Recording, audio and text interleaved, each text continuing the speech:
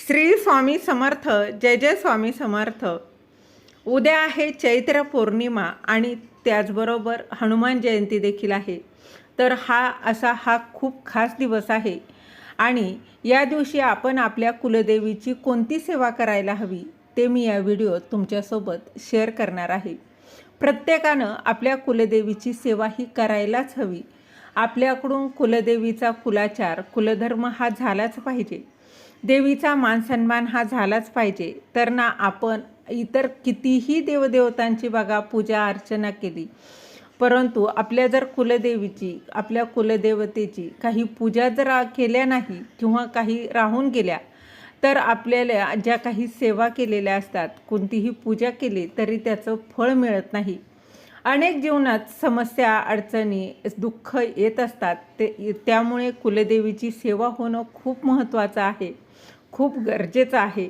तर चैत्र पौर्णिमा ही सर्व पौर्णिमेंमध्ये सर्वात मोठी पौर्णिमा मानली जाते.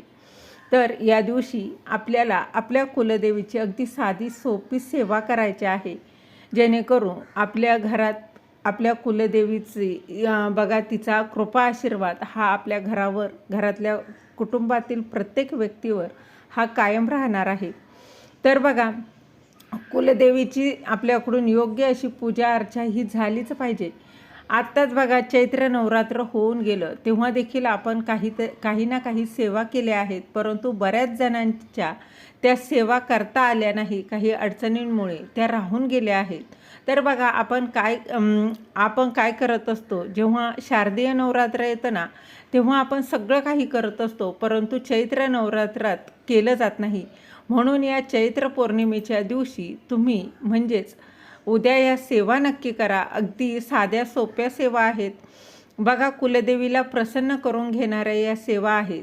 त्या जाणून घेण्याआधी तुम्ही माझ्या चॅनलवर नवीन असाल तर सबस्क्राईब नक्की करा आणि व्हिडिओ नक्कीच शेअर करा. तर बघा चैत्र पौर्णिमेला सुरुवात ही बघा 1 तारखेलाच होणार आहे आणि 2 तारखेला पौर्णिमा समाप्त होणार आहे. परंतु आपल्याला ह्या सेवा 2 तारखेला हनुमान जयंती आणि चैत्र पौर्णिमा आहे, तर या दिवशीच करायच्या आहेत. तर बघा सकाळी लवकर उठायचं आहे, आंघोळ करायची आहे, स्नान वगैरे करून झाल्यावर स्वच्छ वस्त्र परिधान करायची आणि त्यानंतर बघा तुमची जी काही देवपूजा आहे ती करायची आहे आणि बघा त्यानंतर सेवा करायची आहे. सकाळी केली तर अतिशय उत्तम, पण नाही करता आलं तर बघा तुम्ही कधीही केलं तरीही चालेल. आपलं कुलदैवत म्हणजे काय तर आपल्या कुळाचं रक्षण करत असते. प्रत्येकाची कुलदेवी जरी वेगवेगळी असते, त्यांच्या परंपरा जरी वेगळ्या असल्या तरी देवाच्या सेवा ह्या मात्र सगळ्यांच्या एकच असतात. तर उद्या पौर्णिमेला आई भगवतीच्या काही सेवा आपल्याला करायच्या आहेत. सर्वात आधी तुम्हाला काय करायचं, श्री दुर्गा सप्तशतीचा तुम्हाला पाठ करायचा आहे.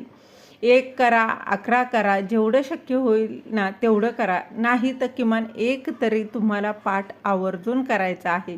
त्याचबरोबर ज्यांना या नवरात्रात काही बघा करणं शक्य झालं नाही, जमलं नाही, तर बघा त्यांनी आवर्जून या चैत्र पौर्णिमेच्या दिवशी श्री दुर्गा सप्तशतीचा पाठ करायचा आहे. आता दुर्गा सप्तशतीचा पाठ कसा करावा, त्याचे नियम काय आहे, तर याचा देखील व्हिडिओ आपल्या चॅनलवर आहे, तुम्ही तो पाहू शकता आणि त्या पद्धतीने दुर्गा सप्तशतीचा पाठ करायचा आहे. बघा हेही नाही शक्य झालं तर बघा काय करायचं, तर सिद्ध कुंजिका स्तोत्राचं तुम्हाला 11 वेळा पठण करायचं आहे. हा अतिशय प्रभावी असं स्तोत्र आहे. अगदी श्री दुर्गा सप्तशतीचा पाठ करून जे आपल्याला पुण्य मिळतं ना तेच पुण्य सिद्ध कुंजिका स्तोत्र पाठ केल्यानं देखील मिळतं. ही देखील अतिशय उत्तम अशी ही सेवा आहे.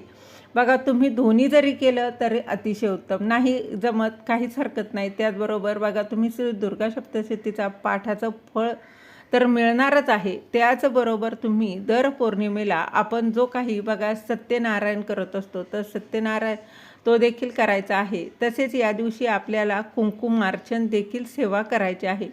कुंकुमार्चन सेवा बघा ती आवर्जून करायची आहे. तुमच्याकडं कुलदेवीचा टाक असेल, फोटो असेल, मूर्ती असेल तर कुंकुमार्चन करायचं आहे. कुंकुमार्चन कसं करावं याचा देखील व्हिडिओ आपल्या चॅनलवर आहे, तो तुम्ही पाहू शकता.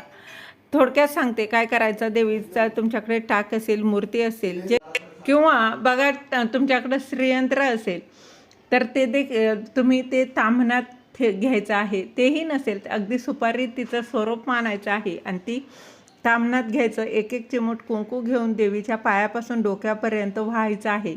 म्हणजेच काय, कुंकवाने तिला अभिषेक करायचा आहे. कारण देवीला कुंकू हे अतिशय आवडतं, म्हणून कुंकवाने अभिषेक करायचा असतो. त्याचबरोबर आधी वापरलेलं कुंकू वापरलं तरी काहीच हरकत नाही. आणि हे नंतर त्या कुंकवाचं काय करावं हे देखील व्हिडिओ सांगितलेलं आहे. तर कुंकुमार्चन करताना तुम्हाला नवार्णव मंत्र म्हणत हे कुंकुमार्चन सेवा करायचे आहे. त्याचबरोबर बघा, ज्यांची चैत्र नवरात्रामध्ये देवीची ओटी भरायची राहून गेलेली आहे त्यांच्यासाठी सुद्धा उद्याचा हा दिवस खूप खास असणार आहे. उद्या चैत्र पौर्णिमा आहे, त्यामुळे आवर्जून तुम्ही देवीची ओटी भरायची आहे. तुम्हाला कुलदेवीच्या स्थानावर जाऊन नाही तर किमान आपल्या घरात जरी तुम्ही देवीची ओटी भरली तरी चालणार आहे, काहीच हरकत नाही. तर बघा, त्यानंतर त्या ओटीच्या बघा नारळाने जरी तुम्ही अगदी खणाने नारळाने भरली तरी चालेल, तिचा मानसन्मान केला तरी चालणार आहे. तर बघा, ओटी भरायचीच आहे. त्याचबरोबर ओटी भरल्यानंतर या दिवशी आपल्याला आपल्या कुलदेवीची आणखी एक सेवा करायची, ती म्हणजे लवंगा अर्पण करायचे आहे. लवंगा ह्या बघा खूप प्रिय आहे. त्यामुळे नवरात्राप्रमाणे ज्याप्रमाणे आपण माळा अर्पण करत असतो ना, अगदी तसेच या पौर्णिमेला कुलदेवीला 11 लवंगांची माळ अर्पण करायची आहे. तुमच्याकडे देवीचा फोटो असेल, टाक असेल तरी चालेल, जे काही असेल किंवा मूर्ती असेल तिला अर्पण केलं तरीही चालेल. तुम्ही 21 लवंगांचीही माळ देवीला अर्पण केली तरीही चालेल. बघा, त्यानंतर ह्या लवंगा ज्या आहेत त्या अखंड असाव्यात, तुटल्या फुटलेल्या अर्पण करायच्या नाही. त्याचप्रमाणे तुम्हाला काय करायचं, लवंगांनी देवीला अर्चन देखील केलं तरीही चालणार आहे. अतिशय उच्च अशी ही सेवा आहे. लवंगा बघा लवंगांचा अर्चन करताना नित्यसेवेच्या पुस्तकातील कमलात्मक मंत्र जो आहे तर तो तुम्हाला म्हणायचा आहे. आणि तो म्हणत तुम्हाला कमलात्मक मंत्र तुम्हाला जर येत नसेल, तुम्ही मोबाईलमध्ये यूट्यूबला लावून देखील केलं तरीही चालेल, काहीच हरकत नाही. लवंगांचं नंतर त्या काय करायचं, तर बघा घरातील कोणी आजारी असेल किंवा तुम्ही चहामध्ये देखील तो लवंगा तुम्ही वापरू शकता. त्याचबरोबर प्रसाद म्हणून तुम्ही खाल्ल्या तरीही काहीच हरकत नाही. फक्त भाजीत त्या तुम्हाला वापरायच्या नाही. जी काही माळ आहे ती आपण अर्पण करणार आहोत ती तुम्ही दुसऱ्या दिवशी निर्माल्यात टाकली तरी चालणार आहे. तर बघा, कुठल्या सेवा करायच्या, कशा करायच्या याची अगदी सविस्तर माहिती या व्हिडिओत मी तुमच्यासोबत शेअर केलेली आहे. तर या दिवशी नक्कीच तुम्ही चैत्र पौर्णिमेच्या दिवशी आपल्या घरात आपल्या कुलदेवीचा बघा अशाप्रमाणे हा कुलाचार करायलाच हवा. प्रत्येक महिलेनं कुलदेवीची ही सेवा करायलाच हवी, जेणेकरून आपल्या घरावर येणारी संकट विघ्न ही दूर होतील आणि कुलदेवीचा कृपा होऊन तिचा आशीर्वाद प्राप्त होईल आणि कुटुंबाची प्रगती होईल. झालेली सेवा महाराजांच्या चरणी रुजू करते. श्री स्वामी समर्थ. धन्यवाद.